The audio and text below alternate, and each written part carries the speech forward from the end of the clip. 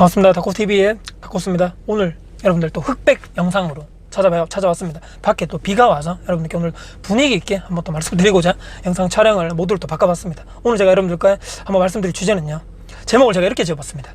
모든 선택에는 대가가 따른다라고 지어봤습니다. 제가 얼마 전에 영화를 봤는데 어떤 영화 거기서 주인공이 이런 얘기를 하더라고요. 모든 선택에 대가가 따르는 거야 라고 이렇게 얘기를 하는 걸 딱 보고 갑자기 이 가슴에 팍 꽂히더라고요. 와, 모든 선택에 대가가 따르는 게 정말 맞아 라고 생각하면서 한번 생각해 봤습니다. 모든 선택에 대가가 따르는 것이 무엇일까?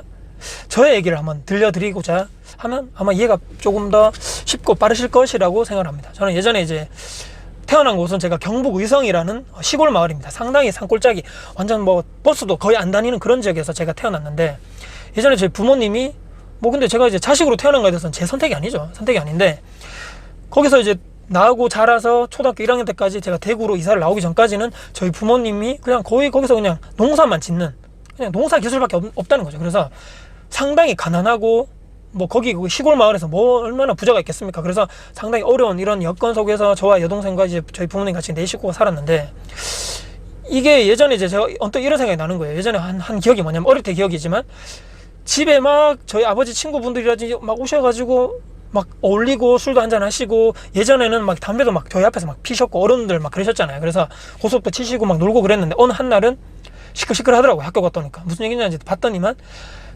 부모님이 싸우고 계시고 또 어른들도 와 계시고 막 이런 얘기가 뭐냐, 제 어린 나이에 봤을 때는 저희 아버지가 어떤 아버지 친구분의 어떤 예전에는 보증 이런 문제가 상당히 많았는데, 그것을 잘못 쓰셔가지고 그 빚을 다 떠넘고 막 이런 것 때문에 상당히 막 갈등이 많았던, 아직까지도 제 기억이 많이 남죠. 뇌리에. 그때 6살 때인가 7살 때 그런 일인데도, 시골에 있을 때 일인데 그것까지도 아직까지 막 기억이 남는 거죠. 아버지가 어떤 생각을 했는지 모르겠지만 이 친구를 믿고, 야, 너 내가 대신 빚 보증 서줄게, 그거를 했는데 상당하게 안 좋은 이런 결과로 왔다는 것이죠. 그 선택에 대한 대가, 부모님이 다 떠안을 수밖에 없다. 그것을 몇 년 동안 갚느라고 제 기억에는 상당히 고생한 걸로 저는 기억합니다. 그것을 아마 다 빚 다 갚으신 것 같은데, 그런 선택이죠. 그래서 나중에 거기서는 부모님들이 시골에서만 자랐고, 아무런 그런 그전에 할아버지도 당연히 시골에 있었기 때문에 아무런 그런 게 없었죠. 예전에 시골에서 나고 자라가지고 계속적으로 농사만 짓고 이런 생활이, 내 자식들도 당연히 그렇게 하겠구나라고 생각했더니만 점점 이제 80년대 90년대 들어가면서 이 시골에서만 살면 안 되겠구나, 자식들의 교육 문제가 걸리기 때문에 과감하게 농사일을 접고 아무것도 가진 것 없이 대구로 오시게 되죠. 그때 제가 초등학교 1학년 때인데 뭐 어떤 기술이 있겠습니까? 그렇기 때문에 오로지 자식들 이런 나중에 교육 문제 때문에 대도시로 나오게 되는데, 아무런 기술이 없다 보니까 밑바닥 일부터, 그때 당시에 어떤 일이 있었냐면, 지금은 없어졌는데 예전에 쓰레기 아시죠 여러분들? 새벽에 막 새마을 노래 나오면서 그때 막 새벽에 일어나셔가지고 쓰레기차에 쓰레기 버리러 나오시고 막 그런 일들, 제 나이 또래 있으신 분들 아마 기억나실 건데, 그 쓰레기차를 거기 뒤에 타셔가지고 쓰레기를 받아주는 일부터 시작해서 저희 아버지는 그런 일부터 하셨죠. 그래서 저희 아버지 나중에는 대구가 예전에 섬유 쪽으로 상당히 유명했지 않습니까? 그래서 그런 공장에 취직하셔가지고 계속적으로 일을 배우시면서 이렇게 해서 가셨는데, 그때 상당히 거의 단칸방에서 시작해가지고 점점 조금씩 이제 집을 키워나갔겠죠. 전세로 갔다가 나중에 이제 실제적으로 십몇 년 뒤에는 제가 중학교 고등학교 때 그 시절에는 아파트 한 채를 빚을 조금 얻었지만 그래도 구매를 매수를 하게 되는 거죠.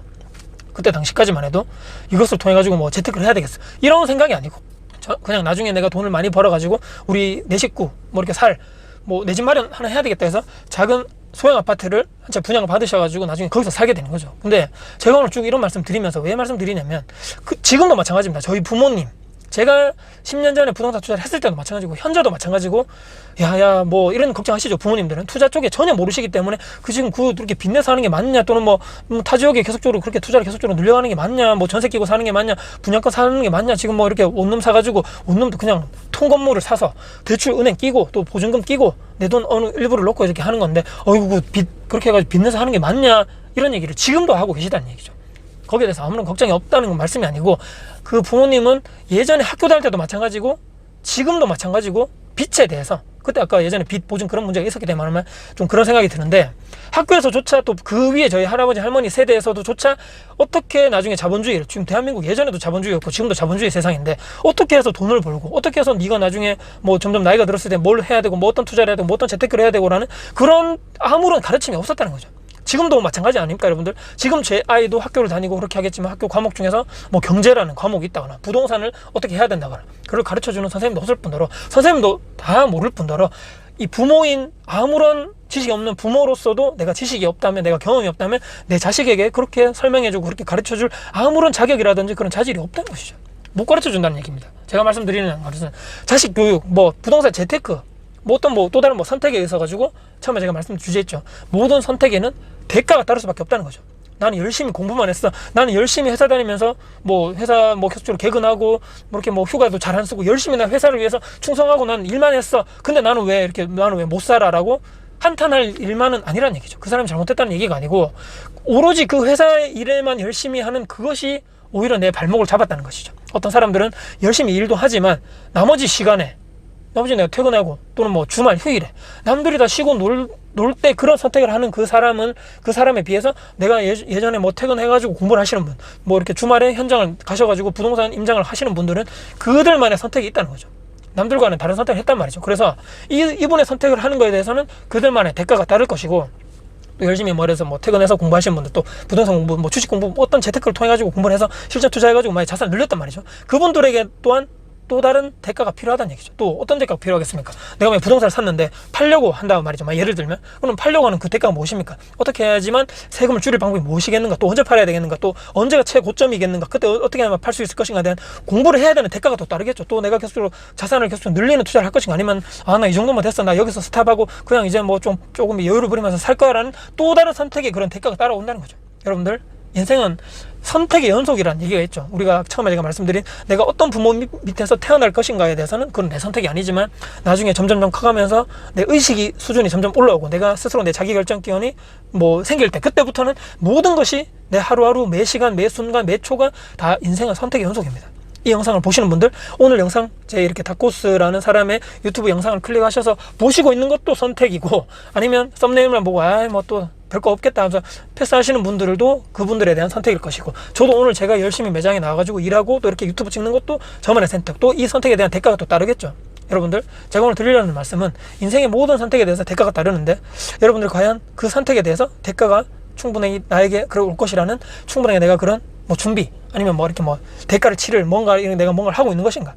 뭐 아니면 인생 뭐 별거 있어, 그냥 뭐 살아가는 거지, 뭐 남들도 다 저렇게 뭐 아무 생각 없이 살아가는데 뭐 그냥 뭐 회사 일만 열심히 하면 되는 거 아니야? 뭐 이렇게 뭐 펑펑 쓰고 한 번씩 뭐 놀러도 다니고 뭐가 중요해? 지금 즐기는 것이 중요하지. 거기에 대한 아무런 뭐 고민이라든지 뭐 그런 게 없으신 분들 있죠. 그분들 또한 그 선택에 대한 대가가 따라올 수밖에 없다는 것이죠. 나중에 5년 뒤 10년 뒤 또는 그분들이 진짜 회사를 퇴직했을 경우에는 통장에 돈이 없는 그런 대가, 또 다른 나중에 전세값이, 만약에 내가 내 집이 없는 분들 중에 전세값이 계속 오르는데 더 이상 내가 내 돈으로는 더 이상 그 전세 상승분을 올려줄 그런 여력이 안 되시는 분들은 점점 본인이 살기를 원하는 지역이 아닌 내가 살고 싶지 않은 쪽으로 계속적으로 밀려나갈 수밖에 없는 것이 바로 그 논리겠죠. 거기에 대한 대가는 다 내가 감수할 수밖에 없다는 것이죠.